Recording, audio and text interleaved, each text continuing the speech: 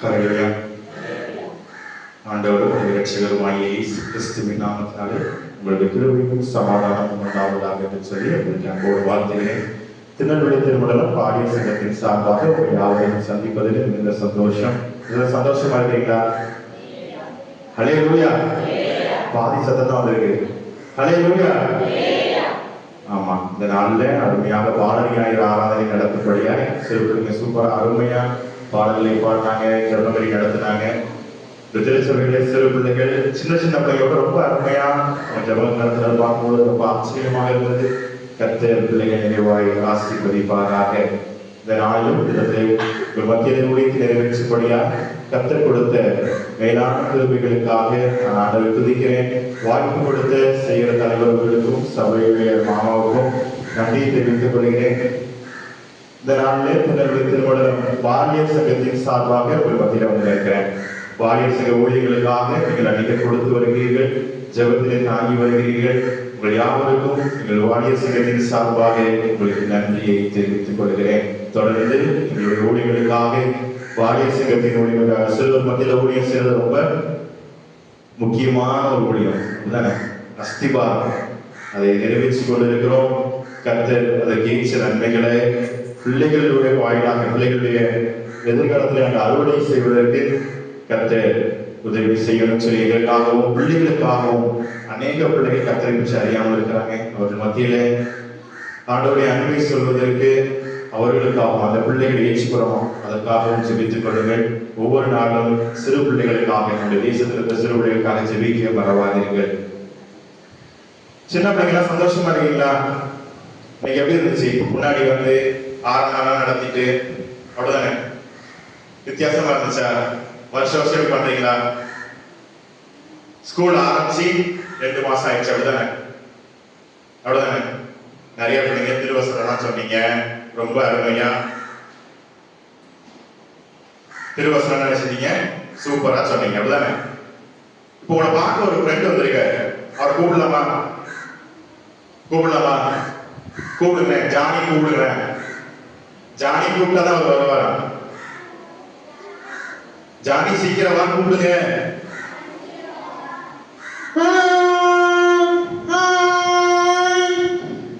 Hi சொல்லுங்க.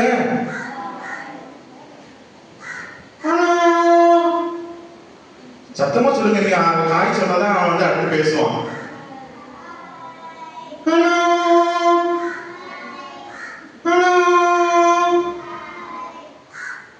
Johnny, இவங்க எல்லாம் சூப்பரா வசனம் சொன்னாங்க பாத்தியா?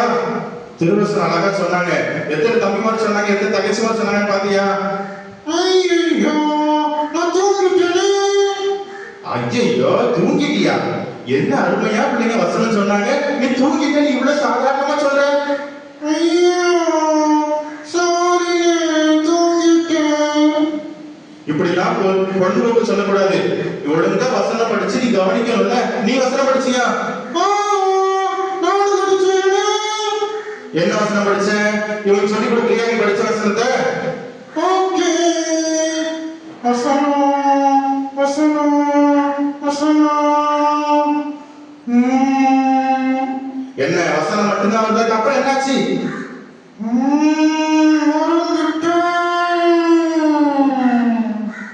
என்ன ஜானி, ஒரு சின்ன வசனம் ஞாபகம் வைக்க முடியாதா உனக்கு? ஐயா, நான் வசனம் சொல்றேன்.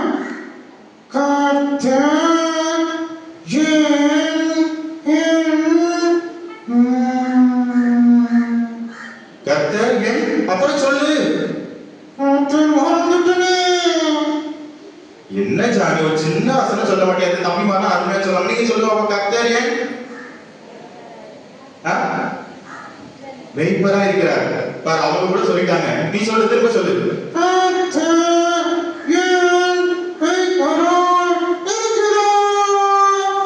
ஓகே, எல்லாம் ஜானிகள் கிளாப் பண்ணிடலாமா?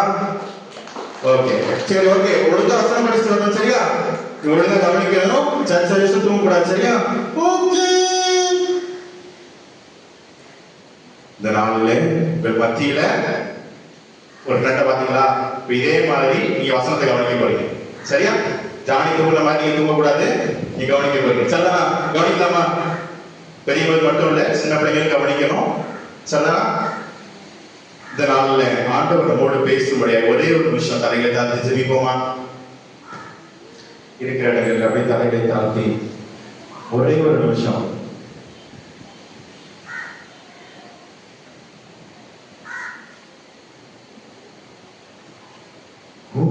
வசனம் எனக்கு உணவாகும், உடலுக்கெல்லாம் மருந்தாகும். வசனம் எனக்கு உணவாகும், உடலுக்கெல்லாம் மருந்தாகும்.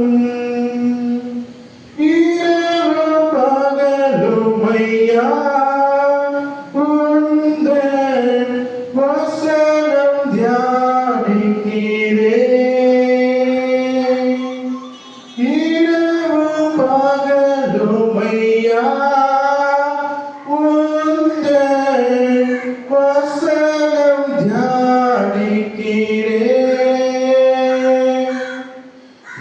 உயிரான உயிரான உயிரான இயேசு, உயிரான உயிரான உயிரான இயேசு, உயிரான இயேசு, உயிரோடு கலந்தி உயிரே நான் உம்மை துதிப்பேன்,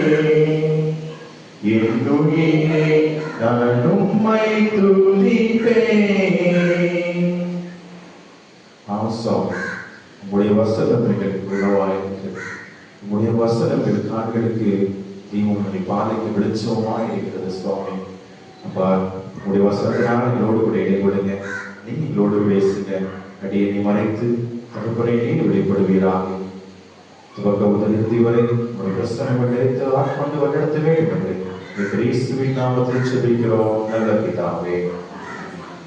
இதனாலே உங்கள் மத்தியிலே அவருடைய வார்த்தையை பகிர்ந்து கொள்வதிலே ரொம்ப சந்தோஷம். போன வாரம் திருவசனம் பிள்ளைங்க அருமையாக படிச்சு சொல்லியிருப்பாங்க தானே. என்னுடைய திருமணத்தின் சார்பாக சென்ற வாரம் ஜூலை கடைசி வாரம் பாடல் ஞாயிறாக அனுசரிக்கும்படி கொடுக்கப்பட்டிருந்தாங்க. ஒவ்வொரு திருச்சபையிலும் அவருடைய வசதிக்கு ஏற்ற சர்ச்சை மாற்றிக்கொள்வது வழக்கம். இன்றைய நாள்ல பாலையை நம்ம அனுசரித்தாலும் சென்ற வாரத்தில் நம்ம கொடுக்கப்பட்ட திருவசனம் ஞாபகம் இருக்குதா? என்ன தலைப்பு படிச்சீங்க? மறந்துடுச்சா? சொல்லுங்க. சிறுவர்கள் சிறப்பானவர்கள். சிறுவர்கள் அப்ப நீங்க எல்லாம் சிறப்பானவங்களா? சின்ன பிள்ளைங்க நீங்க எல்லாம் சிறப்பானவர்கள், அப்படிதானே? அப்படிதான் வசனம் சொல்லியிருக்கு. இங்கிலீஷ்ல ஒரு அழகான தலைப்பு கொடுத்திருக்கு, சில்ட்ரன் ஆர் எக்ஸ்ட்ராடினரி, தனித்துவம் வாய்ந்தவர்கள், அப்படிதானே? உங்களுக்கு ஒரு தனித்துவம் இருக்குது, அப்படிதானே? இருக்கா இல்லையா? ஒருத்தர் அருமையா பாடுவாங்க, ஒருத்தர் அருமையா செய்வாங்க, படிப்பாங்க, ஒருத்தர் அருமையா விளையாடுவாங்க. ஒவ்வொருத்தருக்கும் ஒரு தனித்துவம் இருக்கும் இல்லையா? அப்படிதானே? ஆமாவா இல்லையா? ஆமா தானே? சரி, இந்த இடத்துல நம்முடைய திருக்குறள் இந்த வருடம் கொடுத்த தலைப்பு என்ன? சிறுவர்கள் சிறப்பானவர்கள். இப்போ வசனம் கொடுத்தாங்க. எந்த வசனம் ஞாபகம் இருக்குதா? சின்ன பிள்ளைங்க யாராவது சொல்லலாமா? யாராவது சொல்லலாமா? போன வரைக்கும் வசனம் கொடுத்தாங்க. சரி, இப்பதான் வசனம் திறந்து பாக்குறாங்க. போன வாரம் தலைப்பு என்ன கொடுத்தாங்க, வசனம் என்ன கொடுத்தாங்க ஞாபகம் இல்லையே. எடுத்துக்கிறோம். லூக்கா எழுதின சுவிசேஷ புஸ்தகத்துல, லூக்கா எழுதின சுவிசேஷ புஸ்தகத்துல 2ஆம் அதிகாரம் 47ஆம் வசனத்தை பார்க்கிறோம். அவர் பேச கேட்ட யாவரும் அவருடைய புத்தியையும் அவர் சொன்ன மாறுதல்களை குறித்து பிரமித்தார்கள். இது யார் குறித்து சொல்லப்பட்டிருக்கு? யார் பேசுனதை குறித்து ஆச்சரியப்பட்டாங்க? இயேசு பேசினதை குறித்து ஆச்சரியப்பட்டாங்க. இயேசப்பா உங்களுக்கு ஒரு சின்ன ஒரு பாரிய பருவத்தில் இருக்கும் பொழுது பெற்றோரோட நினைச்சாங்க எருசலேம் தேவாலயத்துக்கு போயிட்டு திரும்பி வரும் பொழுது இயேசு நினைச்சிட்டாங்க ஆலயத்திலே இருந்துட்டாங்க. அப்போ திரும்பி அவங்க அம்மா அப்பாவும் தேடி கொண்டு வரும் பொழுது நானும் தகப்பனும் விசாரத்தோட உன்னை தேடினோமே அப்படின்னு சொல்லும் போது இயேசு சொன்ன பதில் என்ன? ஏன் என்ன தேடினீங்க? நான் கர்த்தருக்கு அடுத்தவையில் இருக்கணும்னு சொல்லி உங்களுக்கு தெரியாதா அப்படின்னு சொல்லி சொன்னார். அந்த இடத்துலதான் அவர் அந்த சபை மூப்பர்களோடு பெரியவர்களோடு பேசிக் கொண்டிருக்கும் பொழுது ஒரு சின்ன பையன் இவ்வளவு அருமையா பேசுறானே, இவ்வளவு அருமையா சில காரியங்களை சொல்றானேன்னு சொல்லி அவங்க நினைச்சிட்டாங்க. ஆச்சரியப்பட்டார்கள் அப்படின்னு சொல்லிதான் இந்த வசனம் சொல்லுது. ஏன் ஆச்சரியப்பட்டாங்க? ஏன் ஆச்சரியப்பட்டாங்க? இப்போ ஒரு சின்ன குழந்தைய கூப்பிட்டு அந்த குழந்தைகிட்ட நீங்க பேசும் பொழுது அந்த குழந்தை உங்களுடைய பேச்சுக்கு மாறுதல் சொல்றதை குறித்து இந்த சின்ன பையன் இவ்வளவு அருமையா பேசுறான்னு நம்ம நினைப்போம்ல, அதே போலதான் அந்த இடத்துல இயேசு பேசுவதை குறித்து ஆச்சரியப்பட்டார்கள். அங்க பார்க்கும் பொழுது அவருடைய புத்தியை அவர் சொன்ன மாறுதல்களை குறித்து பிரமித்தார்கள் அப்படின்னு சொல்லி இருக்கு. புத்தினா என்ன? எனக்கே யோசிச்சு பார்த்திருக்கோமா? புத்தினா என்ன? ஞானம், பைபிள்ல ஞானம்னு இருக்கு, அறிவு இருக்கு, புத்தி இருக்கு, நீதிமொழிகள் அதிகமா வரும். இந்த ஊருக்கு என்ன வித்தியாசம் சொல்லி என்னைக்காவது யோசிச்சு பார்த்திருக்கீங்களா? யோசிச்சு பார்த்திருக்கீங்களா? ஞானம் அப்படிங்கிறது கர்த்தரால் அருளப்படுவது. சரிதானா? கர்த்தர் தான் ஞானத்தை தருகிறார்கள் இருக்கு, அப்படிதானே? அவருடைய வாயிலிருந்து அறிவும் புத்தியும் வரும். ஞானம் கர்த்தரால் கொடுக்கப்படுவது.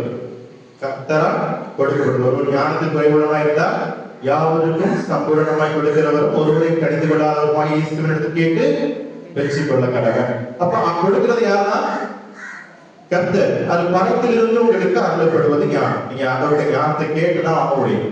சாலமோன் ஞானி அதை செஞ்சாரு, கேட்டு ஞானத்தை பெற்றுக் கொண்டார். இரண்டாவது அறிவு, நாலேஜ். அறிவு எதுல இருந்து கிடைக்குது அப்படின்னா அவருடைய புத்தகங்களில் இருந்து வருவது அறிவு. நீங்க படிக்கிற புத்தகங்கள் மூலமாக, நீங்க படிக்கிற கல்வியின் மூலமாக நீங்க பெற்றுக்கொள்வது அறிவு. மூன்றாவது புத்தி அப்படிங்கிறது அனுபவத்தின் வாயிலாக பெற்றுக்கொள்வது. புத்திங்கிறது அனுபவத்தின் வாயிலாக பெற்றுக்கொள்வது, அனுபவ அறிவு, அதுதான் புத்தின்னு சொல்லுவாங்க. சரிதானா? இந்த இடத்துல சிறு பிள்ளைகளிடத்துல இந்த அனுபவ அறிவு இருக்குமா?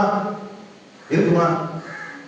ஆனா அவர் அவ்வளவு அனுபவம் நிறைந்தவர் போல பதில் சொல்றதை பார்த்து ஆச்சரியப்பட்டாங்கன்னு சொல்லி வேதம் சொல்லுது. மனுஷகுமாரன் எதுக்காக வரணும்? பிறப்பின் நோக்கம் என்ன? லூக்கா எழுதின சுவிசேஷ புஸ்தகத்துல 19ஆம் அதிகாரம் 10ஆம் வசனம் சொல்கிறது, மனுஷகுமாரனும் இழந்து போனதை தேடவும் ரட்சிக்கவுமே மனுஷகுமாரன் வந்திருக்கிறார் என்றார். இழந்து போனதை தேடவும் ரட்சிக்கவும் மனுஷகுமாரன் வந்திருக்கிறார். அப்ப இயேசு கிறிஸ்து மாத்திரம் அல்ல, இங்க இருக்கிற ஒவ்வொரு மனுஷகுமாரனும் ஒரு குழந்தை பிறப்பதற்கு முன்பதாக அந்த குழந்தைக்கு என்ன ஒரு நோக்கம் கண்டிப்பா இருக்கும். அப்படிதானே? ஒரு குழந்தை உருவாவதற்கு முன்பதாகவே இந்த குழந்தையை கொண்டு என்ன நிறைவேற்ற வேண்டும் அப்படிங்கிறத கர்த்தர் தீர்மானம் பண்ணி இருக்கிறார். அது தீர்மானம் பண்ணின அந்த நோக்கத்தை, அவருடைய திட்டத்தை அந்த குழந்தையினுடைய கடைசி நாள் வரைக்கும், குழந்தையாகி பிறக்கிறதுக்கு முன்பதாகவே, அந்த குழந்தை தாயின் கருவிட உருவேற்படும் நாட்களுக்கு முன்பதாகவே அந்த குழந்தையை குறித்து என்னென்ன காரியங்கள் இருக்கிறதுன்னு சொல்லி அவர் திட்டமாய் தெளிவாய் முன்குறித்து வைத்திருப்பார். அந்த திட்டத்தை நிறைவேற்ற வரைக்கும் நீங்க வாழ்க்கையில எங்கதான் ஓடினாலும் அவர் விடவே மாட்டார். கப்பல் அடித்தட்டுல போய் படுக்க போட்டு யோனாவை போல தூங்கினாலும் அங்கேயும் அவருடைய கரம் நினைச்சையும் பிடிச்சு அவருடைய பாதைகளை கொண்டு வந்து நிறுத்தும். அப்ப ஒரு குழந்தை பிறப்பதற்கு முன்பதாகவே அந்த குழந்தைகளுடைய வாழ்க்கையில என்ன நோக்கம், அந்த குழந்தையை கொண்டு நாம் என்ன நிறைவேற்ற வேண்டும் என்பதை கர்த்தர் தீர்மானித்து விடுகிறார். இப்போ இந்த பாலிய பருவத்திலிருந்து அந்த கர்த்தருடைய திட்டத்துக்கு நேராக பிள்ளைகளை எப்படி வழிநடத்தணும் அப்படிங்கிறத குறித்து ஒரு சில காரியங்களை ஒரு மத்தியில வைக்க விரும்புகிறேன். இந்த உலகத்துல பார்த்தோம்னு சொன்னா ரொம்ப மோசமான நாட்களுக்குள்ளாக போயிட்டு இருக்கோம். சோசியல் மீடியா நல்லா டெவலப் ஆயிடுச்சு. அநேக நேரங்கள்ல அது நமக்கு பிரயோஜனமா இருந்தாலும் சில இடையூறுகளையும் அது உருவாக்குகிறது. முன்னாலலாம் என்ன செய்வாங்கன்னா, சின்ன பிள்ளைங்க அழுதுச்சுன்னா, சாப்பிட மாட்டேன்னு அழுதுச்சுன்னா நிலாவுக்காக என்ன செய்வாங்க, சாப்பாடு ஊட்டுவாங்க. அழுதுச்சுன்னு சொன்னா என்ன செய்வாங்க, பாட்டிமா தாத்தாமா கதை சொல்லுவாங்க, பாட்டு பாடுவாங்க. நம்முடைய முட்டுதாக்கள் என்ன செஞ்சாங்கன்னா கீர்த்தனை பாட்டுகள் எல்லாம் பாடி பிள்ளைகளை உறங்க வைத்தாங்க. ஆனா இப்ப உள்ள காலத்துல பார்த்தோம்னு சொன்னா என்ன செய்யறாங்க, உடனே மொபைல் ஆன் பண்ணி இந்த பாருன்னு சொல்லி கொடுத்துட்டா அந்த பிள்ளை என்ன செய்யுது, அமைதியா அதை பார்த்துக்கிட்டு இருக்கு. நம்ம வேலையை பார்க்கலாம்னு சொல்லி என்ன செஞ்சுட்டாங்க, மாறிட்டாங்க. இந்த மொபைல் போன் ஒரு அணு ஆயுதத்தை போன்ற ஒரு ஆபத்தான ஒரு காரியம். சரியா? ஆட்டம் பாம்பு கேள்விப்பட்டீங்களா? இந்த ஆட்டம் பாம்பு பயங்கரமான ஒரு அழிவு உருவாக்கும். அது ஒரு பெரிய ஆட்டம் பாம்பு தான் அந்த மொபைல். அது கையிலேயே வச்சுட்டு சுத்தம், அது எப்ப வெடிக்கும்னே தெரியாது. சரிதானா? இப்போ அந்த பிள்ளைகள் அந்த போனை பாக்குறதுல என்ன யூஸ் பண்றாங்கன்னு தெரிய மாட்டேங்குது. சரிதானா? ஸ்கூல் படிக்கிற பிள்ளைங்க முன்னாடிதான் பெரிய வாலிபர்கள் பெரியவங்க தான் ரொம்ப முரட்டுத்தனமா இருப்பாங்க. இப்ப சின்ன பிள்ளைகளை பார்க்கும் பொழுது ஆச்சரியமா இருக்கு. இந்த இந்த பருவத்தில் இந்த பிள்ளைகள் இதெல்லாம் எங்கிருந்து கற்றுக்கொண்டாங்கன்னு சொல்லி ஆச்சரியமா இருக்கு. வேறமே இல்லை, அந்த அணு ஆயுதத்துக்குள்ள தான் இருக்கு எல்லாமே. அந்த மொபைல் போன்ல தான் இருக்கு. அவன் சோசியல் மீடியால இன்ஸ்டாகிராம்ல இருக்கிறான், பேஸ்புக் இருக்கிறான், எதுவுமே தெரியாது. ரைட்ஸ் பாக்குறாங்க ஆரம்பத்துல பிள்ளைங்க, ஆனா ஒரு கட்டத்துல ஷார்ட்ஸ் ஸ்க்ரோல் பண்றாங்க, ரீல்ஸ். 1.5 வயசு பிள்ளை அடிச்சுது போனை வாங்கி ஸ்க்ரோல் பண்ணுது. இதற்கு காரணம் யாரு? பிள்ளைக்கு அந்த அணு ஆயுதத்தை கொடுத்தது யாரு? பெற்றோர், பெரியவர்கள். பிள்ளைகளோட நேரத்தை செலவழிக்க வேண்டும். கையில் புத்தகங்கள் எழுத வேண்டிய காலத்துல, கையில் எழுதுவது பிடிக்க வேண்டிய காலத்துல பிள்ளைகள் கையில் கொடிய ஆயுதங்களை ஏந்துறாங்க. நிறைய குச்சைகள் நடைபெறுவதற்கு காரணமா இருக்கு. திருநெல்வேலினா அல்வா பேமஸ்ங்கிறது போய் திருநெல்வேலினா அல்வா பேமஸ் யார் சொல்லுதா? குட்டியோடு இருக்கிற குட்டி பிள்ளைங்க சொல்றாங்க, சின்ன பிள்ளைங்க சொல்றாங்க திருநெல்வேலினா அருவாடா. யோசிச்சு பாருங்க, காலம் எதை நோக்கி போய் கொண்டிருக்கிறது? திருச்சபையின் வருங்கால தூண்களாய், தேசத்தின் வருங்கால எதிர்காலமாய் இருக்க வேண்டிய குழந்தைகளுடைய கை காலத்துல என்ன கொடுத்திருக்கிறோம்? மிகப்பெரிய அழிவை உண்டாக்கக்கூடிய ஒரு ஆயுதத்தை கையில் கொடுத்திருக்கோம். அதை திரும்ப பிரிச்சு பிள்ளையை நல்வழிப்படுத்த வேண்டியது நம்முடைய கடமை. எப்படி நல்வழிப்படுத்துறத ஒரு சில காரியங்களை சுருக்கமா ஒரு பத்தியில வைக்க வருவாரு. எத்தனை மணிக்கு குடிக்கணும்னு சொல்லுங்க. எத்தனை மணிக்கு குடிக்கலாம்? மணி வந்து இப்ப 10:25. சொல்லுங்க சொல்லுங்க. வாய்ப்பு 11 மணிக்கு முடிக்கவா? சரி, 11 மணிக்கு முடிச்சிடலாம். சரி, சில காரியங்களை சுருக்கமாக ஒரு மத்தியில வைக்க விரும்புகிறேன்.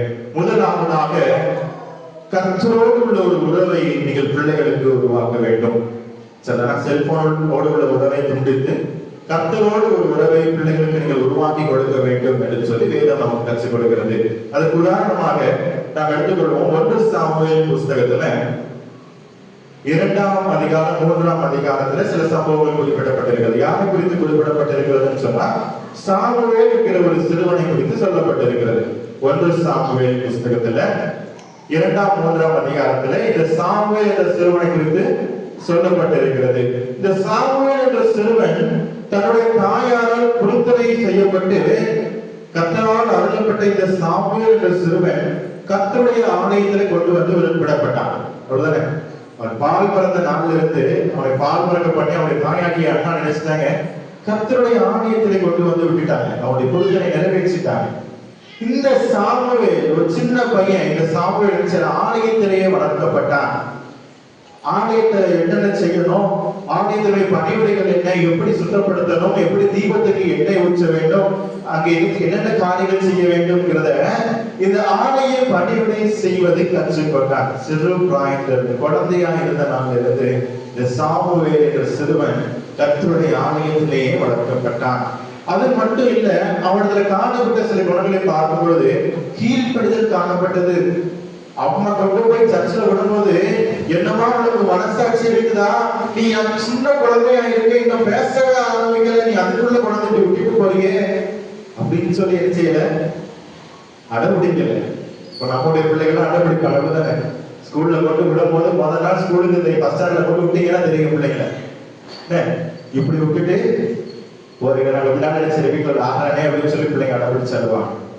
ஆனா சாமுவேல் என்ற சிறுவன் குழந்தையாக இருந்த பொழுது தாய் சொன்னதைக்கு கீழ்ப்படிந்து ஆலயத்திலே ஆலய பணியுடைய காரியங்களை செய்வதில் தன்னை ஈடுபடுத்திக் கொள்ள ஆரம்பித்தான். அது மட்டும் இல்ல, அந்த ஆலயத்தில் இருக்கும் பொழுது ஏழி கிட்ட அவன் கீழ்ப்படிதலோடு நடந்து கொண்டான். ஏழி என்னென்ன சொல்றாங்களோ அது எல்லாவற்றையும் அப்படியே செய்வான். எல்லாவற்றையும் அப்படியே செய்வான். கீழ்ப்படிதல் காணப்பட்டது இந்த சாமுவேல். அது மட்டும் இல்ல, சாமுவேல் உண்மை இருந்தது, நேர்மை இருந்தது, தேவனோடு உறவாடுகிற ஒரு உறவு இருந்தது. அதனாலதான் கர்த்தர் சாமுவேலை அழைத்து, சிறு குழந்தையாக சாமுவேலை அழைத்து சாமுவேலே சொல்லி அழைத்து பேசினார். யார்கிட்ட? இந்த சாமுவேல் கிட்ட. ஏன் சொன்னா, இந்த சிறுவன் கபடச்சவன், இந்த சிறுவன் சிறு பிராயம் தொடங்கி என் மேல் பக்தி வைராக்கி கொண்டவன், இந்த சிறுவன் பாவம் அறியாதவன், இந்த சிறுவன் உண்மையுள்ளவன், நேர்மையுள்ளவன், கீழ்ப்படிதல் உள்ளவன், என்னோடு உறவாட ஆயத்தமாயிருக்கிறவன் சொல்லி கர்த்தர் சாமுவேலை தெரிந்து கொண்டார். அதனாலதான் எதிர்காலத்துல வருங்காலங்களில் என்னென்ன நடக்க போகிறது குறித்து இந்த சாமுவேலோடு அவர் பேசிக் கொண்டிருந்தார். ஒவ்வொரு நாளும் சாமுவேலோடு தேவன் உறவாடி கொண்டிருந்தார் சொல்லி வேதத்துல பார்க்கிறோம். இஸ்ரவேல் மக்களுக்கு அடுத்து என்ன நடக்க போகிறது, அதுக்கடுத்து என்ன நடக்கும், எல்லா காரியங்களையும் இந்த சாமுவேல் மூலமாக கர்த்தர் பேசிக் கொண்டே இருந்தார். அதனாலதான் அந்த சாமுவேல் தீர்க்கதரிசியாய் மாறினார். நியாயாதிபதியாய் இருந்த சாமுவேல் தீர்க்கதரிசியாய் மாறி 2 ராஜாக்களை அபிஷேகப்படும்படியாய் கர்த்தர் அவனை உயர்த்தினார். 2 ராஜாக்கள், இஸ்ரவேல் முதலாவது ராஜாவையும் இஸ்ரவேல் 2வது ராஜாவையும் அபிஷேகம் பண்ணின தீர்க்கதரிசியாய் சாமுவேல் தீர்க்கதரிசி இருந்தார். இந்த சாமுவேல் இன்னும் பிள்ளையாண்டான் அப்படின்னு சொல்லி அந்த இடத்துல குறிப்பிடப்பட்டிருக்கு. 2வது அதிகாரத்துல 3வது அதிகாரத்துல பார்த்தோம் சொன்னா 2வது அதிகாரத்துல பிள்ளையாண்டான் என்று சொல்லி சொல்லப்பட்டிருக்கு. பிள்ளையாண்டான் அப்படின்னா என்னன்னா ஒரு இளம் வாலிப பருவம் அல்ல இளம் வயதுல உள்ள ஒரு சிறுவனிடத்துல கர்த்தர் பேசுறார். எதை குறித்து பேசுறாருன்னா அவனுக்கு மேல இருக்கிற அதிகாரியா இருக்கிறது யார், ஏலியோட பிள்ளைகளை குறித்து, அவர்கள் செய்கிற அக்கிரமங்களை குறித்து என்ன செய்யறாரு, நேரடியாக சொல்றாரு. இவங்க பண்றாங்கப்பா, எனக்கு ரொம்ப வேதனையா இருக்குது, நான் இவங்க ஏன் விசாரிக்க போறேன்னு சொல்லி சாமுவேல் இடத்துல ஒரு சின்ன பையன் கிட்ட ஒரு இளம் வாலிப இடத்துல பேசுறாரு. கர்த்தர் ஒரு பிள்ளையோட பேசுறாரா? கர்த்தர் ஒரு பிள்ளையோட பேசுறாரா? யோசித்து பார்க்கும்போது இணைக்கப்பட்டிருக்கிறோம். அதுக்கப்புறம் ஏன் என்ன பேசுறாருன்னு கேட்கும் போது கூட சாமுவேல் உண்மையா என்னென்ன உண்டோ எல்லாத்தையும் சொல்றான். பயப்படல. அவருடைய பிள்ளைகளை குறித்து சொன்னாங்க என்ன செஞ்சிருவாரு அப்படின்னு சொல்லி அவன் பயப்படாம கர்த்தருக்கு மாத்திரம் பயந்து நடந்து கொண்டான். பின் நாட்கள்ல பார்க்கும் பொழுது 1 சாமுவேல் புத்தகத்துல 3ஆம் அதிகாரத்துல பார்த்தோம்னா 1 சாமுவேல் 3ஆம் அதிகாரத்துல 19 பார்க்கும் பொழுது சாமுவேல் வளர்ந்தான், கர்த்தர் அவனுடனே கூட இருந்தார். அவர் தம்முடைய எல்லா வார்த்தைகளிலும் ஒன்றையாகிலும் தரையில் விழுந்து போக விடவில்லை. சாமுவேல் கர்த்தருடைய தீர்க்கதரிசிதான் என்று தான் முதல் பெயர்சவா மட்டுமல்ல சகல இஸ்ரவேலருக்கும் விளங்கினது. எல்லாரும் என்ன சொல்றாங்க, உங்கள் தீர்க்கதரிசிக்கிறத ஏற்றுக்கொண்டாங்க. அதே போலதான் நீங்கள் உங்களுடைய பிள்ளைகளை முதலாவது என்ன செய்யணும், கர்த்தர் கடந்த காரியங்களை சிறு வயது தொடங்கி கர்த்தரோடு உறவாடுவதில் நீங்கள் அவர்களை வளர்க்க வேண்டும் என்று சொல்லி கர்த்தர் விரும்புகிறார். இரண்டாவதாக அவர்களை சிறு குழந்தையிலிருந்து விசுவாசத்திலே வளர்த்திடுங்கள். சிறு பிள்ளைகளை விசுவாசத்திலே வளர்த்திடுங்கள். சிறு பிள்ளைகிட்ட சில பேர் ரொம்ப சொல்லுங்க, உனக்கு தான் தேவையான முதலாவது ஏசபாகிட்ட சொல்லு, நீ ஜெபம் பண்ணி எனக்கு இன்ன பொருள் தேவைன்னு சொல்லு, ஏசபா உனக்கு தருவாங்கன்னு சொல்லி கற்று கொடுங்க. அந்த விசுவாசத்தை உங்களுடைய பிள்ளைகளுடைய இருதயத்தில் விதைக்க வேண்டும். இந்த 2வது விசுவாசத்தை குறித்து சொல்லும் பொழுது இதற்கு உதாரணமா யாருக்கும் தெரிந்த ஒரு காரியத்தை சொல்ல போறேன். ராஜாவாகிய தாவீதை குறித்து அவர் சிறுவராக இருக்கும் பொழுது நடந்த சில காரியங்கள் முன்பதாக வைக்க விரும்புகிறேன். 1 சாமுவேல் புத்தகத்துல 17ஆம் அதிகாரத்தை நாம் திருப்பி கொண்டோம் சொன்னா 17ஆம் அதிகாரத்துல 37ஆம் வசனம் சொல்கிறது, பின்னும் தாவீது என்னை சிங்கத்தின் கைக்கும் கரடியின் கைக்கும் தப்புவித்த கர்த்தர் இந்த பெலிஸ்தருடைய கைக்கும் தப்புவிப்பார் என்றார். அப்பொழுது சவுல் தாவீதை பார்த்து, போ, கர்த்தருடனே இருப்பானாக என்றான். கர்த்தர் என்னோட கூட இருக்கிறாரு, என்னால எதையும் வெல்ல முடியும். இந்த உலகத்துல இருக்கிற காரியங்கள்லாம் ஏமாத்திரம் அப்படிங்கிற விசுவாசம் இந்த தாவீதுக்குள்ளே இருந்தது. இந்த தாவீது சிறு குழந்தையா இருந்த பொழுது வீட்டிலே ஒதுக்கி தள்ளப்பட்டவன்.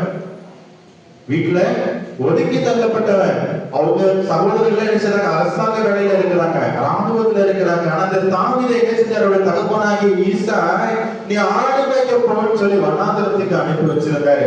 இந்த தாவீது என்ன செய்தா, ஆடுகளை கொண்டதாக போய் கொண்டிருந்த தாவீதை தனக்கு கொடுக்கப்பட்ட காரியத்துல உண்மையா இருக்க, கர்த்தர் என் கூட இருக்கிறார்கள் விசுவாசத்துல கிடைத்திருக்க கற்றுக்கொண்டதுனால சிங்கம் கரடி வரப்பொழுதெல்லாம் என்னுடைய ஆடுகளை தொடுவதற்கு நீ ஏமாத்திரம், கர்த்தர் என்னோடு இருக்கிறார் சொல்லி சிங்கத்தை கரடி என்ன செய்தான், கொன்று போட்டான். அந்த விசுவாசத்தோடு இங்க வரும்பொழுது இந்த ராணுவ தளத்துல அங்க ஒரு சத்தம் கேட்டது, கோலியாத்துடைய சத்தம். ஒருத்தருக்கு கேட்கலையா, நீங்க யாருமே இல்லையா, என் கூட சண்டை போறதுக்கு ஒருத்தர் கூட தைரியம் இல்லையன்னு சொல்லி இஸ்ரவேலின் தேவனை நிந்தித்துக் கொண்டிருந்த இந்த கோலியாத்தை பார்த்த பொழுது, இது தாவீதுக்குள்ள இருந்த விசுவாசம் என்ன, சிங்கத்தின் கைக்கும் கரடியின் கைக்கும் என்னையும் நாடுகளையும் தப்புவித்த தேவன் இந்த பெலிஸ்தருடைய கைகளை தப்புவிப்பார்.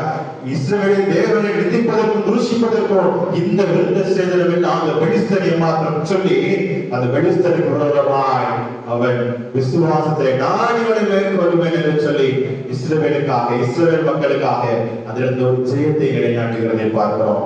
யோசித்து பாருங்க, தாவீதுக்கு கையில கொண்டு போனது என்னது?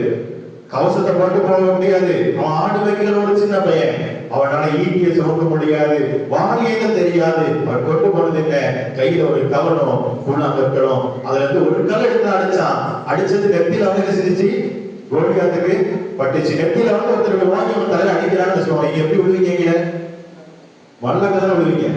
ஆனா கோலியாத் எப்படி விழுந்தாங்க? அதை பைபிள் சொல்லுது, முகங்குப்புற விழுந்தான் அப்படின்னு சொல்லி வேதம் சொல்லுது. ஏன்?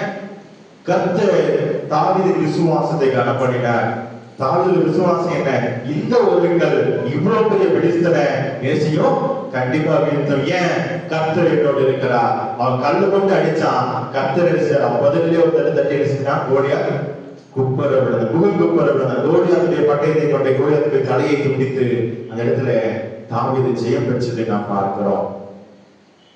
முதலாவதாக கர்த்தரோடு உறவாடப்படி எங்களுடைய பிள்ளைகள் வளர்க்கும் பொழுது ஒரு எளிய குழந்தையா இருந்தாலும் அது பிற்காலத்திலே தேசத்தை ஆளுகிற குழந்தையா மாறும். இரண்டாவது, விசுவாசத்திலே நீங்கள் வளர்க்கும் பொழுது உங்கள் பிள்ளைகள் விசுவாசத்தினாலே ஜெயத்தை சுதந்திரித்துக் கொள்வார்கள்.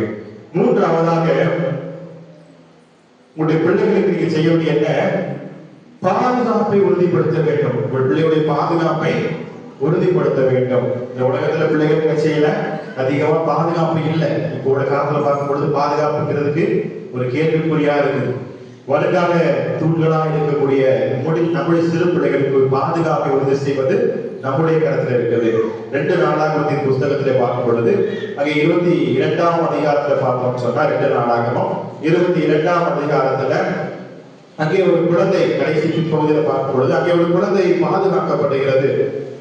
எல்லா ராஜகுமாரர்களும் கொல்லப்படுறாங்க. அந்த இடத்துல ராஜாவாகிய அந்த நாட்டுல குழந்தையாக இருந்த அந்த இடத்துல பார்க்கும் பொழுது குழந்தையாக யோவாஸ் என்ன செய்யறான்? 7 வருடம் மட்டும் பாதுகாக்கப்படுகிறான். பல விதமான சூழ்நிலைகள் அங்க ஒரு பெரிய டீமே ஒர்க் பண்றாங்க இந்த குழந்தையை பாதுகாக்க வேண்டும் சொல்லி. இந்த யோவாஸ் பாதுகாக்கப்பட வேண்டியதுக்கு ஒரு டீமே ஒர்க் பண்ணாங்க. சரிதானா? இந்த டீம் ஒர்க் பண்ணி அந்த 7 வருடம் வரைக்கும் அந்த யோவாசை பாதுகாத்தது நிமித்தமா 7வது வயதிலே அவன் யூதாவிலே இஸ்ரவேல் அரசனாக மாறினான். அந்த குழந்தை 40 வருட காலம் அரசாட்சி செய்தது. இஸ்ரவேலை நியாயம் விசாரித்தது. இடிந்து போன எருசலேம் ஆலயத்தை சீரமைக்க யோவாஸ் ராஜா முழு காரணமாய் இருந்தான். இந்த யோவாஸ் ராஜாவை குறித்து ஒரு திட்டம் இருந்ததுனால எல்லா ராஜகுமாரர்களும் அடிக்கப்படும் பொழுது இந்த யோவாசை குறித்து கர்த்தர் ஒரு திட்டம் வச்சிருந்ததுனால அந்த யோவாசை பாதுகாக்க ஆண்டவர் திட்டம் பண்ணினார். அந்த பாதுகாப்பை வைத்ததன் விளைவாக அவர் 40 வருட காலம் எருசலேமிலே ஆட்சி புரிந்தார். அது மாத்திரம் அல்ல, பழைய ஏற்பாட்டு பகுதியில் பார்க்கும் பொழுது யாத்திராகமத்தின் புஸ்தகத்துல முதல் பகுதியில பார்க்கும் பொழுது யாரும் பாதுகாக்கப்படுறார்? மோசே. இந்த மோசே என்ற குழந்தை பிறக்கிறதுக்கு முன்பதாகவே உத்தரவிற்கு என்ன செய்யணும்? குழந்தைகளை நைல் நதியில போட்டு கொல்லப்பட வேண்டும் என்று சொல்லி ராஜாவாகிய பார்வோன் உத்தரவிட்டிருந்தோம். இந்த பெற்றோர் மோசேயுடைய தாயின் தகப்பன் 3 மாதம் வரைக்கும் அவனை பாதுகாத்தாங்க, ஒழித்து வைத்திருந்தாங்க. அவனை பாதுகாத்து அதுக்கு பின்பதாக அவனுடைய நினைச்சாங்க அவனை பாதுகாக்க முடியாத ஒரு சூழ்நிலையில ஒரு நாணல் பெட்டியிலே வைத்து விடுகிறார்கள். இந்த குழந்தை அரண்மனையிலே வளர்க்கப்பட வேண்டும், கல்வி பெற வேண்டும். அடிமையாய் நம்ம கல்வி பெறுவதோட அரண்மனையில கல்வி பெறணும், எல்லா விதத்திலையும் வளர்த்து பெறுவதுன்னு சொல்லி கர்த்தர் திட்டம் வைத்திருந்ததுனால அந்த குழந்தையை காப்பாற்றி அவன் எல்லா காரியங்களும் பெறும்படியாய் அரச அரண்மனையில, எந்த அரண்மனையில குழந்தைகளை, யூத குழந்தைகளை, இஸ்ரவேல் பிள்ளைகளை கொல்லணும்னு சொல்லி உத்தரவு வந்துச்சோ அதே அரண்மனையில ஒரு எபிரேய குழந்தை என்ன செய்து ராஜகுமாரனாய் வளர்க்கப்பட்டது. அதுதான் இந்த மோசே. 40 வருட காலம் வளர்க்கப்பட்டான். ஆனா அவங்களோட பொறுமை இல்லை. ஆண்டவர் பார்த்தாரு, இந்த நேரத்துல உன் கையில இந்த இஸ்ரேல் மக்கள் கொடுத்த நினைச்சிருவேன், நீ கோவில கொண்டு புதைச்சிருவேன். இப்போ பைபிள் காலேஜ் ஸ்போர்ட்ஸ் 40 வருஷம் நினைச்சிட்டாரு, வடாந்திரத்துக்கு அனுப்பி வச்சுட்டாரு. 40 வருஷ காலமாய் ஆடுகளின் பின்னே பொறுமையை கற்றுக்கொண்டு பின்பதாக திரும்ப வந்து ஒவ்வொரு முறையும் திக்குவாயும் மந்தனாவோ யானை இப்படி பாவம் முன்னாடி பற்றி சொல்லும் பொழுதுதான் அந்த திக்குவாயும் மந்தனாவாய் இந்த மோசையோடு கூட இருந்து ஆண்டவர் அவருடைய வாயோடு இருந்து அவர் பேசினார். அவர் மூலமாக 10 வாதைகளை நடப்பித்தார். அப்போ 9 வாதைகளும் கையிலாகும் பொழுதுதான் எவ்வளவோ சோர்ந்து போயிருப்பாங்க மோசே. ஆனா அடுத்த ஒரு விடுதலையின் பயணத்தை ஆயத்தம் பண்ண இந்த மோசையை குறித்து ஒரு திட்டம் ஆண்டவர் வச்சிருந்ததுனால அந்த மோசைகளுடைய ஜீவனை சிறு குழந்தையா இருந்த நாள்ல இருந்து ஆண்டவர் காப்பாற்றி வைத்திருந்தார். உங்களுடைய பிள்ளைகள் குறித்தும் கர்த்தர் ஒரு திட்டம் வைத்திருப்பார். அந்த பிள்ளைகள் நிறைவேற்றணும்னு சொன்னா பிள்ளைகளுடைய பாதுகாப்பை உறுதி செய்வது பெற்றோராகிய நம்முடைய கரங்களில் இருக்கிறது. உங்களுடைய பிள்ளைகளை பிறக்கும் பொழுது ஞானஸ்நானம் கொடுக்கும்படியாக குருவானோடு அழைத்து கொண்டு வந்திருப்பீங்க. கொண்டு வரும் பொழுது என்ன வாக்குறுதி கொடுத்தீங்க ஞாபகம் இருக்குதான்? பிள்ளைகளுடைய பெயரால இந்த உலகத்தையும் உலக ஆசை சிச்சங்களையும் எல்லாத்தையும் எடுத்து விடுகிறேன், விசுவாசத்தை வளர்ப்பேன். வேற என்ன சொல்லிருக்கீங்க? கத்தருக்கு ஏற்ற பாதையில பாதுகாப்பா வளர்த்து செய்வேன். சரியான நேரம் வரும் பொழுது அத்தியட்சணத்தை கொண்டு வந்து அவனை நிறுத்துவேன் அப்படின்னு சொல்லி வாக்குறுதி கொடுத்துருக்கீங்க. கொடுத்துருக்கீங்களா இல்லையா? ஞாபகம் இருக்குதா? இதெல்லாம் யாருமே கேட்டா ஞானஸ்தானம் பிள்ளைக்கு பிறந்தா அடுத்த ஒரு வயசுல ஞானஸ்தானம் கொடுக்கணும். பிள்ளை கொண்டு வருவோம், ஐயா செய்வாங்க, தண்ணி வச்சு ஞானஸ்தானம் கொடுப்பாங்க. பெற்றோர் ஞான பெற்றோர் பேரை கேட்பாங்க. நாங்க அங்க வரும்போது எங்க குடும்பத்துல யாரு முதல்ல இருக்காங்களோ அவங்க பேரை எழுதி வச்சுருவோம், கொடுத்துருவோம். ஞானஸ்தானம் ஐயா கொடுத்துருவாங்க, நாங்க பிள்ளை தேடி வீட்டுக்கு வந்துடுவோம். அப்படிதானே? அப்படியா? சொல்லுங்க, அமைதியா இருக்கீங்க, சொல்லுங்க. ஞான பெற்றோரும் செய்ய வேண்டிய கடமை என்ன? உங்களுடைய குழந்தைகளை குறித்து நீங்கள் ஒவ்வொரு நாளும் ஜெபிக்க வேண்டும். இந்த பிள்ளைகளை கத்தரிக்கேற்ற வழிகளை நடத்தணும். இந்த வேத புத்தகத்தின் வழிகளை அவர்களை நடத்த வேண்டும். அவங்களா சிறு பிள்ளைகளுக்கு வந்து நீங்க என்ன சொல்லி கொடுக்கல அதான் பிள்ளைங்க செய்வாங்க. நீங்க வயவாசிங்கன்னா பிள்ளைங்க வயவாசிப்பாங்க. நீங்க டிவி பார்த்துட்டு பிள்ளைங்க டிவி தான் வைப்பாங்க. சரிதானா? அதனால இந்த சின்ன பிள்ளைங்களை நீ எப்படி வளர்க்க வேண்டும்? ஆண்டோடு உறவாடணும் தம்பி, நீ ஆண்டோடு ஜெபம் பண்ணணும், பேசணும், வேத புத்தகத்தை வாசிக்கணும், இந்த காரியங்களை செய்யணும். கர்த்தருக்கு இது பிரியமானது, இது பிரியமில்லாதது அப்படிங்கிறத நீங்க கற்றுக் கொடுக்கணும். அவர்களுக்காக ஜெபிக்க வேண்டும் என்பதற்காகத்தான் நம்முடைய திருச்சபை ஞான தகப்பன் மாறிடுச்சு ஞான தாய்களை ஞான பெற்றோராக நியமிக்கிறது. அவன் தன்னை அவன் நினைச்சுவாங்க, சின்ன பிள்ளைங்க கொஞ்சம் வளர்ந்து பாலிய பருவத்தை கடந்து வரும் பொழுது அவர்கள் வாணிப பருவத்தை அடையும் பொழுது திடப்படுத்தல் என்கிற ஒரு அத்தியசாதனத்தின் அருட்சாதனத்தின் மூலமாக பேராயர்களை கொண்டு வந்து அவர்கள் சிறு பிள்ளைகளாக இருக்கும் பொழுது நீங்கள் அவர்கள் மேல் கொண்ட பொறுப்பை அவர்கள் தங்கள் மேலே ஏற்றுக்கொள்வதுதான் திடப்படுத்தல். அப்ப அதற்கு வரைக்கும் நீங்க அந்த பிள்ளைகளுக்கு பாதுகாப்பை உறுதி செய்யணும். அந்த பிள்ளைகள் தங்களுடைய பொறுப்பை எல்லாம் யார் மேலதான் வச்சிருக்கிறாங்க? உங்க மேலதான் வச்சிருக்கிறாங்க. பெற்றோராக நீங்கள் பிள்ளைகளுடைய பாதுகாப்பை உறுதி செய்யணும். பிள்ளைகளுடைய வளர்ச்சி விசுவாசத்தை உறுதி செய்யணும். பிள்ளைகளுடைய கர்த்தரோடு உறவாடுகிற அந்த ஒரு காரியங்களை உறுதி செய்யணும். இதற்கு எல்லாம் நீங்க செய்வதற்காக தான் ஆண்டவர் உங்களை ஞான பெற்றோராக நியமித்திருக்கிறார். பிள்ளைகள் அடுத்த பருவத்துக்கு வரும் பொழுது அந்த காரியம் அவர்கள் ஏற்றுக்கொண்டாலும் அதற்கு பின்பதாகவும் நீங்க அவருக்கு நினைச்சணும் உதவியா இருக்கணும். அப்படிங்கிறது தான் கர்த்தர் விரும்புகிற காரியம். அடுத்ததாக 4வதாக பிள்ளைகளை சத்தியத்தை அறிவிக்க, சத்தியத்திலே வளர்க்க கற்றுக் கொடுங்கள். சத்தியத்திலே வளர்க்கிறார்களா என்பதை உறுதிப்படுத்த வேண்டியது நம்முடைய கடமையாக இருக்கிறது. 2 ராஜாக்கள் புஸ்தகத்துல அருமையா 1ஆம் வேத பகுதியாய் வாசிக்கின்ற பகுதியை திருப்பி படுவோம். 2 ராஜாக்கள் புஸ்தகத்துல 5ஆம் அதிகாரத்துல ஒரு சம்பவம் குறிப்பிடப்பட்டிருக்கிறது. சீரியாவின் படை தளபதியாகிய நாகமானுடைய வாழ்க்கை குறித்து இந்த ஒரு காரியம் சொல்லப்பட்டிருக்கிறது. இந்த சீரியாவின் படை தளபதியாகிய நாகமான் மிக பராக்கிரமசாலியாக இருந்தான். பயங்கரமான ஒரு பராக்கிரமசாலி. அவன் போய் எந்த யுத்தத்திலையும் தோற்றதே கிடையாது. எங்க போனாலும் ஜெயந்தான். இப்படிப்பட்ட ஒரு பராக்கிரமசாலியாக இருந்த இந்த நாகமான் எப்படி இருந்தான்? குஷ்டரோகியா இருந்தான். இந்த நாகமான் இஸ்ரவேலுக்கு போய் ஒரு சிறைப்பிடிப்பு முடிச்சு வரும்பொழுது ஒரு சின்ன குழந்தை, ஒரு குட்டி குழந்தையை கூட்டு வர, இந்த குட்டி குழந்தைய அடிமையை கூட்டு வராரு. தன்னுடைய மனைவிக்கு பரிசாய் கொடுக்கிறார். எதற்கு? வீட்டு வேலை செய்யறது. வீட்டுக்கு வேலைக்காரியா வச்சுக்க. இப்போ உள்ள காலத்துல வீட்டுக்கு வேலைக்கு ஆள் தேடுங்கன்னு சொல்ல நம்ம கிராமங்கள்ல செய்யறது இல்லை. நம்முடைய சிட்டி சைட்ல போனோம்னா வீட்டு வேலைக்குன்னு சொல்லி பணிகள் நிமித்தமா வேலைக்கு ஆள் வச்சிருப்பாங்க. இந்த வீட்டுக்கு வேலைக்கு வர ஆட்கள் முன்னாடி எப்படி வேலை செய்ய தெரியல. இப்போ வீட்டுக்கு வேலைக்கு ஒரு ஆள் தேடனா அவங்க கேட்கிற போல, உங்க வீட்டுல வேக்கம் கிண்ணர் இருக்குதா, உங்க வீட்டுல வாஷிங் மிஷின் இருக்குதா, உங்க வீட்டுல 43 இன்ச் LED டிவி இருக்குதா, நான் டிவி பார்த்துட்டே தான் எல்லா வேலையும் செய்வேன், பாட்டு கேட்டுட்டு ஹோம் தியேட்டர் இருக்குதா, பாட்டு கேட்டு வேலை செய்யறது எனக்கு பிடிக்கும், எனக்கு பிடிச்சதான் வேலை பார்க்க முடியாது, நீங்க வேக்கம் கிளீனர் வாஷிங் மிஷின்லாம் வாங்கி வச்சிருங்க, நான் இந்த டைமுக்கு வந்துட்டு இந்த டைமுக்கு போயிடுறேன், எனக்கு சேலரி இவ்வளவு வேணும்னு சொல்லி சொல்றாங்க. பெரியவங்க வேலை கிடைச்சா நிறையா இருக்கு. அதனாலதான் அந்த நாம நினைச்சேன், குழந்தைய வளர்ந்து விட்டா இந்த குழந்தை என்ன செய்யும், என்ன வேலை சொன்னாலும் செய்யும். அவ்வளவுதான், என்ன வேலை சொன்னாலும் நீ சொல்லி நான் கேட்கறவா அந்த பிள்ளை என்ன செய்யாது, கேட்காது, என்ன சொன்னாலும் செய்யுங்கிறதுனால ஒரு குழந்தையை என்ன செய்யறான், குட்டி குழந்தை வேலைக்கு மனைவிக்கு பரிசாய் கொடுக்கலாம். இந்த குழந்தை என்னையும் என்னுடைய தகப்பனையும் என்னுடைய தாயையும் பிரித்து என்னை இப்படி அடிமையா கொண்டு வந்துட்டானே, எனக்கு விவரம் தெரியாத வயசுல இப்படி கொண்டாந்துட்டானே, இவனுக்கு இந்த புஸ்தகமும் வேணும், இவனுக்கு இன்னும் நிறைய வேணும்னு சொல்லி என்ன செய்யல, சொல்லல.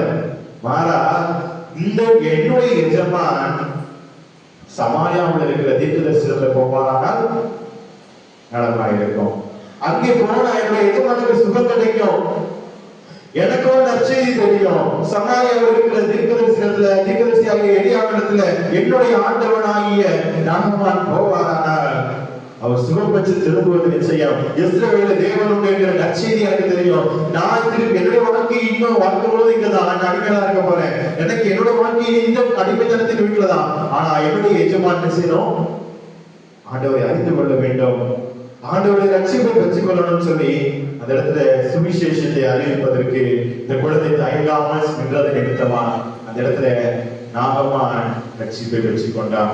அந்த இடத்துல பார்க்கும் பொழுது முதலாவது சொல்லுது, சீரியாவின் படைத்தளமாகிய நாகமான் என்பவர் ஆண்டவருக்கு பெரிய வருஷமா இருந்தான், எண்ணிக்கையுள்ளவனா இருந்தான், அவனை கொண்டு கர்த்தர் சீரியாவுக்கு ரட்சிப்பை கொள்ளையிட்டார், மகாபராக்கிரமசாலியாகி அவன் குஷ்டரோகியாக இருந்தான். யோசிச்சு பாருங்க, இந்த நாகமானை கொண்டுதான் ஆண்டவர் சீரிய தேசத்துக்கு ரட்சிப்பை கட்டளையிட்டார். அப்படிப்பட்ட நாகமானை கர்த்தருக்கு நேராக வழிநடத்துவது யாரு, ஒரு சின்ன குழந்தை, ஒரு சின்ன குழந்தை. உங்களுடைய பிள்ளைகளுக்கு நீங்க வேதத்தை கற்றுக் கொடுங்க, வேதத்தை சுவிசேஷமாய் மற்றவர்களுக்கு அறிவிக்கவும் கற்றுக் கொடுங்கள், சத்தியத்தை நடக்கிறார்கள் அதை உறுதிப்படுத்துங்க.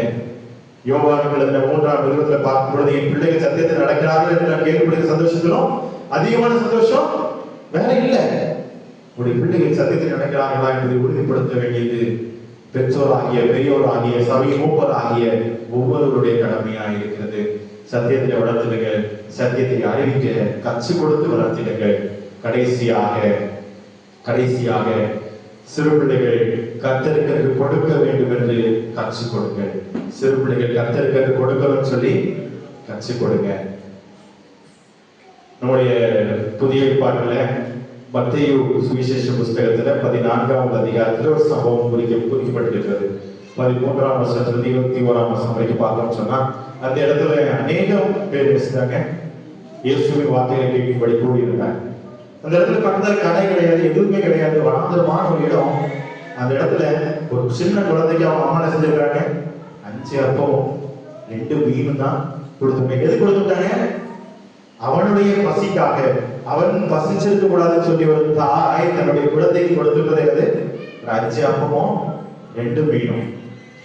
சரியா, இவன் 5 அப்பமும் 2 மீனையும் கொண்டு வந்து இந்த சிறுவன் உட்கார்ந்து இருக்கிறான். அந்த இடத்துல இயேசு உபதேசித்து முடித்த பிறகு இவ்வளவு திரளான மக்கள் வந்திருக்கிறாங்களே, இவங்களுக்கு சாப்பாடு கொடுக்கணும்னு சொல்லி அவர் ஆசைப்பட்டு இவருக்கு சாப்பாடு கொடுக்கணும்னு சீஷர்கிட்ட சொல்றாங்க.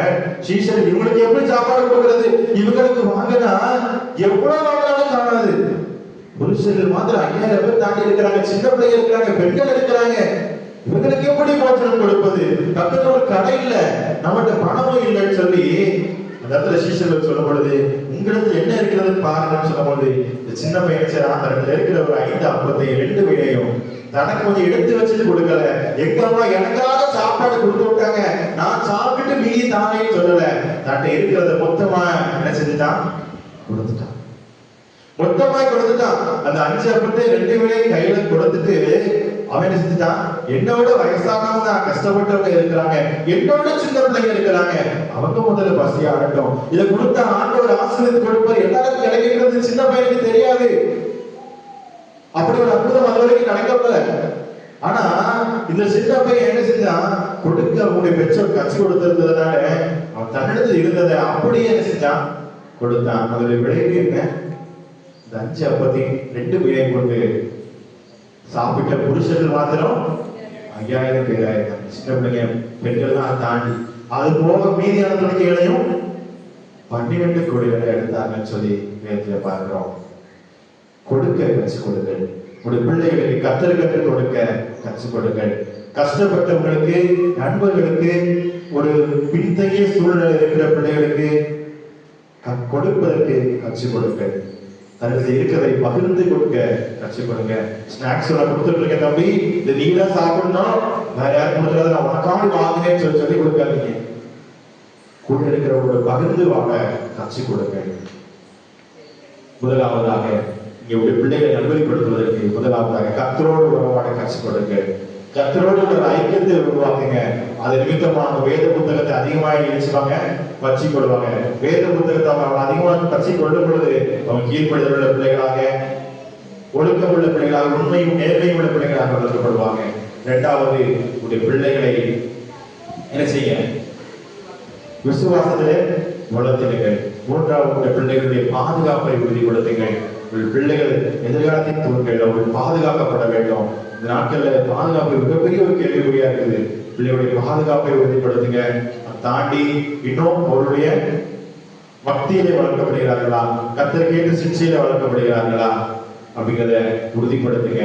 பிள்ளைகளுடைய கல்வியை செய்ய உறுதிப்படுத்துங்க. கடைசியா அவர்களுக்கு கொடுக்க கற்றுக் கொடுங்க. அவர்கள் கொடுக்க கற்றுக் கொடுங்க. நீங்க செய்யும் பொழுது உங்களுடைய பிள்ளைகளோ கர்த்தருக்கு ஏற்ற சிக்ஷையில திருச்சபை எதிர்கால தூண்களாக, தேசத்தின் தூண்களாக விலகுவாங்கிறது எந்த சந்தேகமும் இல்லை. உங்களுடைய பிள்ளைகளை மாத்திரம் பிள்ளைகளா பார்க்காதீங்க. எந்த ஒரு சின்ன பிள்ளையை பார்த்தாலும் அதுவும் ஒரு குழந்தை. அந்த பிள்ளைக்கும் உங்களுடைய பாசத்தை காட்டுங்க, உங்களுடைய நேசத்தை காட்டுங்க, இயேசுவின் அன்பை காட்டுங்க. அன்பை வெளிப்படுத்தும்படியாய் கிறிஸ்தவம் நமக்கு கற்றுக் கொடுக்கப்பட்டது. கிறிஸ்தவத்துடைய அடிப்படை என்னது? அன்புதான்.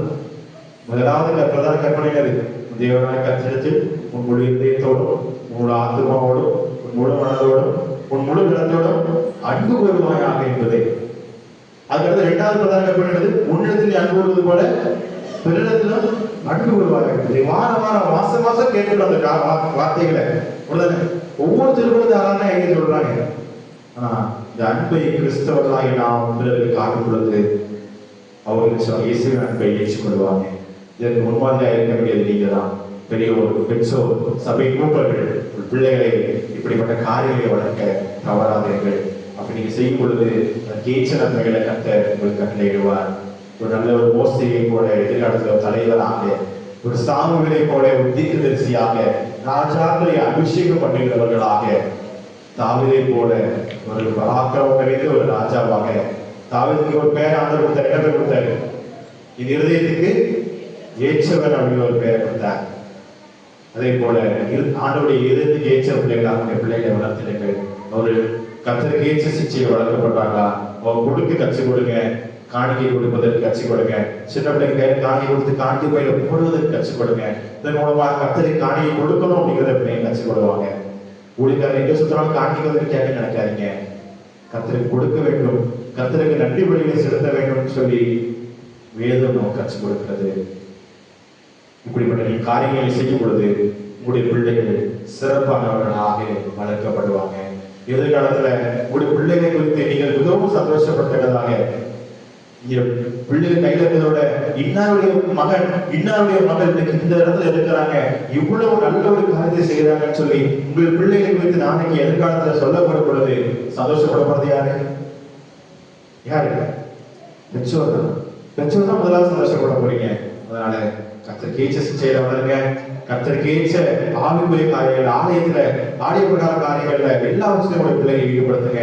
ஆலயத்துல என்ன செய்யணும்? ஆலயத்தை சுத்தப்படுத்தணுமா? ஆலயத்துல என்ன செய்யணும்? ஒழுங்குபடுத்துவது, ஆராதனை காரியங்களில் பாடல்கள் பாடுவதில், கர்த்தரை ஆராதிப்பதில், எல்லா காரியங்களிலையும் பிள்ளைகளுக்கு முதன்மையானவர்களாக இருக்க குழந்தை பருவத்திலிருந்தே கற்றுக்கொள்ளுங்க. கர்த்தருடைய நிறைவாய் ஆசீர்வதிப்பாராக. இருக்கிற இடத்துல தலையில தாழ்த்துவோமா?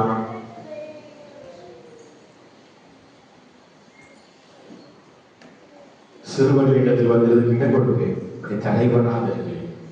கர்த்தருடைய ராஜ்யம் அப்படிப்பட்டவர்களுடையது.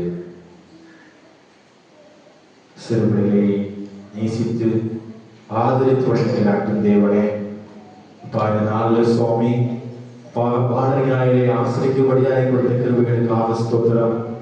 தகப்பனே, அப்பா இந்த நாட்களில் சிறு குழந்தைகளை எப்படி பாதுகாக்க வேண்டும், எப்படி வளர்க்க வேண்டும், எப்படி அவர்கள் சிறப்பானவர்களாக வளர்க்கப்பட வேண்டும், அதற்கு நாங்கள் ஆற்ற வேண்டிய பணிகள் என்ன என்பதை குறித்து நான் கற்றுக்கொண்டோம் சுவாமி. உடைய பிள்ளைகளை அப்பா இயேசுவானவர் எப்படி ஞானத்திலும் வளர்த்தியிலும் தேவ கிருபையிலும் மனுஷ தயவிலும் அதிகமாக வளர்ந்து விருத்தி அடைந்தாலும், அதே போல எங்களுடைய பிள்ளைகளும் வளர்ந்து விருத்தி அடைய நாங்களும் முழுவதற்கு காரணமாய் அவர்களுக்கு ஆதரிக்கிறவர்களாய் ஏற்றுக்கொண்டு நடத்துகிறவர்களாய் காணப்பட, சத்தியத்தில் நடக்கிறவர்களாக உறுதிப்படுத்த, தகப்பனை பாதுகாப்பை உறுதிப்படுத்த, அவர்களை தகப்பனே அப்பா விசுவாசத்திலே வளர்க்க, அப்பா உம்முடைய பாதையிலான காரியங்களில் உம்மோடு உறவாடுவதிலே அவர்கள் வளர்க்க, உமக்கு கொடுக்கும்படியாக அவர்களை வளர்க்க உதவி செய்ய. தொடர்ந்து என்னுடைய பிள்ளைகள் திருச்சபை தூண்களாக, அப்பா எதிர்கால சமுதாயத்தின் தகவல் தேசத்தின் தூண்களாக உலகத்தை கடற்கிறவர்களை காணப்பட்ட தகப்பனை நீர் பிள்ளைகள் எடுத்து பயன்படுத்த போகிறீங்க சுவாமி. தகப்பனை பிள்ளைகள் தகப்பனே அப்பா தாய் கருவில் உண்மையோடு நாள் முதலாக அறிந்திருக்கிறீர் சுவாமி. அப்பா எங்கள் கருவை எங்கள் கண்ணில் கண்டது சுவாமி. தகப்பனை அந்த கருவிட தாய் கருவில் உருவானதுக்கு முன்பதாகவே என்னுடைய பிள்ளைகளுக்கு நீ வைக்கிற திட்டத்தை என் பிள்ளைகள் வாழ்க்கையை நிறைவேற்றணும்னு நான் சொல்லிக்கிறோம். துதி கடமைகளை நோக்கே செலுத்துகிறோம். இயேசுவின் நாமத்தில் ஜெபிக்கிறோம். ஜீவனுள்ள நல்ல பிதாவே. ஆமென்.